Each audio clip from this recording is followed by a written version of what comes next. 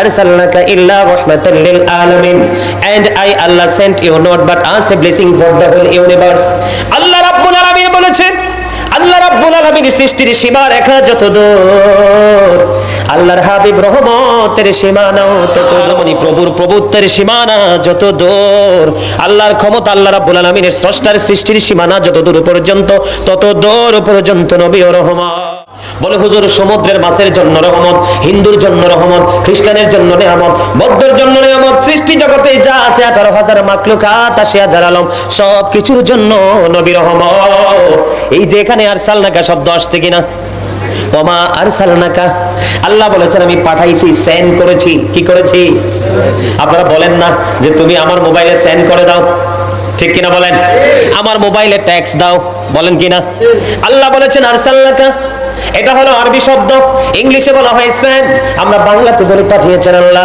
এখানে এই আয়াতটা রয়ে গেল সূরা আম্বিয়া আয়াত, এখানে রয়ে গেল বন্ধু আরেকটা আয়াতে আল্লাহ রাব্বুল আলামিন এবার গোটা পৃথিবীর সকল মানুষকে আল্লাহ ডাক দিয়েছেন।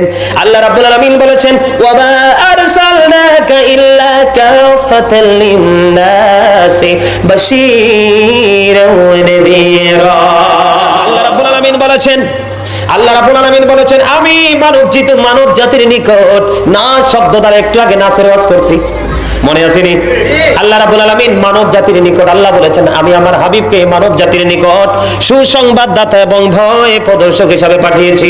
বাশীরাও ওয়া নাযীরা। মানব জাতির নিকট নবী হলো সুসংবাদদাতা এবং সতর্ককারী।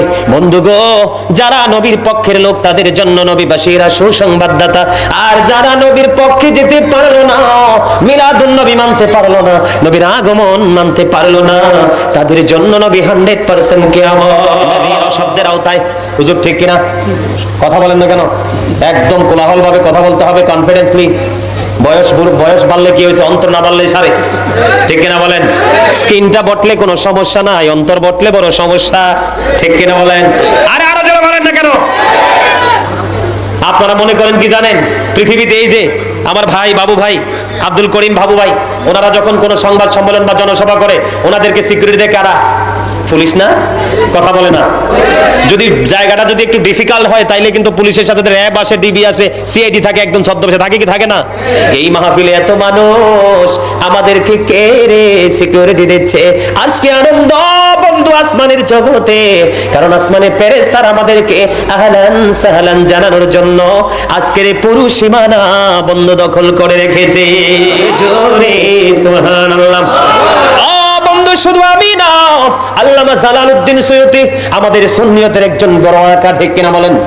জালালউদ্দিন সৈয়দী রাহমাতুল্লাহি আলাইহি তিনি অত্যন্ত চমৎকার ভাবে তিনি বর্ণনা দিয়েছে বন্ধু, যেহেতু ফেরেশতাদের কথা আমি বলেছি বন্ধু, তিনি বলেছেন কেউ আমরা যখন আনন্দিত হয়ে আনন্দে উদ্ভাসিত হয়ে বন্ধু পাগলপাড়া হয়ে নবীর আগমনে মিলাদ হয়ে যখন মিলাদুন নবী উদযাপন করি বন্ধু, কেউ দিনভর পরিশ্রম, কেউ আবার পকেট ভর্তি টাকা, কেউ আবার আলেমদেরকে রিসিভ করার জন্য বন্ধু হৃদয় থেকে ভালোবেসে তাদেরকে ওয়েলকাম জানিয়ে বন্ধু তাদেরকে বরণ করার জন্য সবকিছু মিলিয়ে এক আনন্দের এক মহাসমুদ্র তৈরি হয়েছে।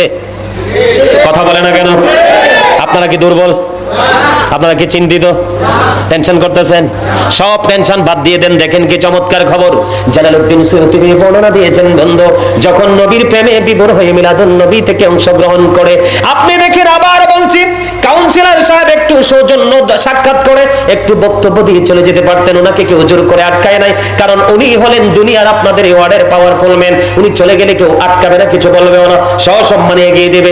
আমি বিশ্বাস করি নবীর মহব্বতেই বন্ধু নিবিড় ভাবে বসে আছে আল্লাহর হাবিব সরকারে দো জাহান, এমন একজন নবী, সেই নবীর সাথে প্রেম যদি মনের মতো করতে পারো। জালালউদ্দিন সৈয়দী বক্তব্য দিয়েছে হযরতে জিবরাইল আলাইহিস সালাম, হযরতে মিকাইল আলাইহিস সালাম, হযরতে ইসরাফিল আলাইহিস সালাম, হযরতে আজরাইল আলাইহিস সালাম। এই আজরাইল আলাইহিস সালাম চারজন ফেরেশতা কন্টিনিউ আল্লাহর কাছে মিলাদুন নবীর পক্ষের নবীর আশিকের জন্য মাগফিরাত কামনা করতে থাকে। আপনাদেরকে আমি আরো একটা তথ্য দিয়ে রাখি বন্ধু, আরো একটা তথ্য দিয়ে রাখি, আমি মিলাদুন নবীতে বসেই বন্ধু প্রাণটা খুলে দরুদ পড়েছি।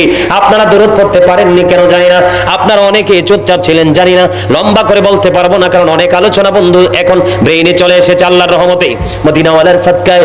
বন্ধুরে আমার, জিবরাইল আলাইহিস সালাম বলে দিয়েছেন, আপনারা মনে রাখবেন ওয়াজ, যখন ফুলচেরাতের পোলের কিনারায় যাবে তখন আপনার হেল্পার কেউ, সহযোগী কেউ থাকবে না।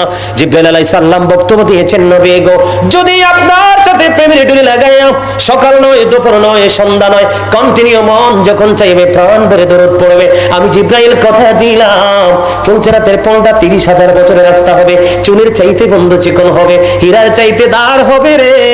ও বন্ধু, নবী হাদিস শরীফের মধ্যে এসেছে, নবী আমরা যেরকম এইভাবে বসে আছি যে বন্ধু সাহাবায়ে কেরামদেরকে নিয়ে বসে আছেন, এইভাবে আমি এক্সাম্পল স্বরূপ আপনাদেরকে দেখাচ্ছি। হঠাৎ করে বন্ধু এইভাবে একটা আওয়াজ হলো, বিকট আওয়াজ। আমার নবী সাহাবায়ে কেরামদেরকে প্রশ্ন করলেন, তোমরা কি বুঝতে পেরেছো এই আওয়াজটা কোথা থেকে এসেছে? ইয়া রাসূলুল্লাহ, আল্লাহ এবং আল্লাহর হাবিবি ভালো জানেন নবী, জানি না। তখন আমার নবী বলেছেন, জাহান্নামের উপর একটা পাথর নিক্ষেপ করা হয়েছিল, এই পাথরটা এই মুহূর্তে পাথরটা জাহান্নামের তলদেশে এসে ঠেকেছে, এই আওয়াজটা তোমরা শুনতে পেয়েছো। জানুনি উপর থেকে তলদেশে পাথরটা এসে পৌঁছাইতে কত সময় লেগেছে? আমার নবী বলেছে 70 বছর সময় লেগেছে। জোরে জোরে আল্লাহু আকবার। রে নারায়ণগঞ্জ নয়াপাড়ার মানুষ, কেমন করে বুঝাইলে বন্ধু বুঝিবা গো, পরকাল বড় ভয়ঙ্কর, কেউ আমল দিয়ে জান্নাতে যেতে পারবে না, একমাত্র যাওয়ার রাস্তা হলো নবীর মুহাব্বত। বন্ধুরে আমার, জিবরাইল আলাইহিস সালাম বলেছেন, বন্ধু চুলের চাইতে চিকন হবে, হীরার চাইতে দাঁড় হবে, উপর থেকে আগুন উদিত অবস্থায়, নিচ থেকে উপর থেকে আগুন নিচের দিকে ঝুলন্ত অবস্থায়, নিচ থেকে উদিত অবস্থায় বন্ধু ওই জায়গা পার হবে কেমনে রে? পৃথিবীতে বন্ধু বিঘায় বিঘায় জমি ব্যাগ আপনি ফিল আপ করে দিয়েছেন সোনার খনি দিয়ে, সবগুলো যদি বিক্রি করেন বন্ধু 30 বছরের গাড়ি ভাড়া হবে না, শুধু ফুলচেরাতের পোলটা হবে 30,000 বছর। একটা ডাক দিয়ে বলল, রে নারায়ণগঞ্জের মানুষ, আমার মা,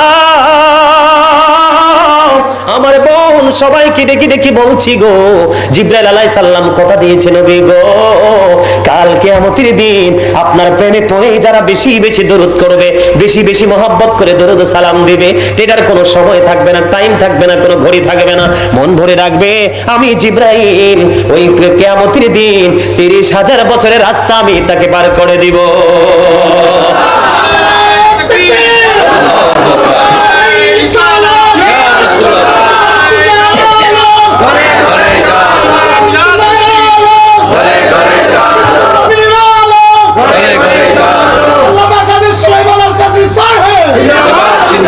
সকলে বলুন মারহাবা। বন্ধুরে আমার, আজরাইল যখন আমার নবী, ভাই মাইন্ড করেন না, তারা বোঝানোর জন্য বলছে, আজরাইল যখন আমার নবীর চেস্ট মোবারক বুকের উপরে যখন এইভাবে হাতটা রাখলেন, এবার আমার নবী একটা ডাক দিয়ে বলল, আজরাইল তুমি কি রেখেছো? আজরাইল একটা ডাক দিয়ে বলল, নবী গো, আমার একটা হাতের আঙ্গুল রেখেছি আপনার উপরে। আরে আজরাইল, তোমার হাতের চাপ আমি নবীর কাছে এতটা কষ্টকর মনে হয় রে, আমার কাছে মনে হয় আসমান জমিন সব যদি আমার বুকের উপর তুলে দেওয়া হতো, আমি নবী এত কষ্ট পাইতাম না। ও আজরাইল, তুমি আমার বুকের উপরে তোমার হাত রেখেছো, আমার কাছে এতটা কষ্টকর মনে হয়। এবার আমার নবী একটা ডাক দিয়ে বলল, আজরাইল আমার উম্মত এত কষ্ট সইতে পারবে না, আমার উম্মতের কষ্ট পর্যন্ত আমাকে দিয়ে দাও। বন্ধু, মা ফাতেমা কান্না করেছে রে বন্ধু, যখন আজরাইল আসলো মা ফাতেমা এত বেশি কান্না করেছে, মনে হয়েছে যেন ওনার ঝর্ণা প্রবাহিত হচ্ছে চক্ষু থেকে বন্ধু, এত অবস্থা ছিল রে, এত ভয়ঙ্কর সেই আজরাইল। আজরাইল আলাইহিস সালাম বলেছেন, নবীর মহব্বত যদি আপনার সিনায় থাকে, নবীর প্রেমের দুরূদ যদি পড়তে পারেন, আজরাইল আলাইহিস সালাম কথা দিয়েছে, আমি ওই নবীর প্রেমিকের জানটা এমন ভাবে কবজ করব যেমনি ভাবে আমি নবী রাসূলের জান কবজ করেছি। বলেন না সুবহানাল্লাহ, আরেকটু মহব্বতে বলুন সুবহানাল্লাহ। বন্ধুরা আমার, ওই যেটা বলতেছিলাম, আল্লামা জালালউদ্দিন সৈয়দী ইনি বলেছেন, ফেরেশতারা আমাদের জন্য এই দোয়া করতে থাকেন, আমরা কি এটা করতে রাজি আছি না নাই? আরো জোরে বলেন না, আরো জোরে বলেন।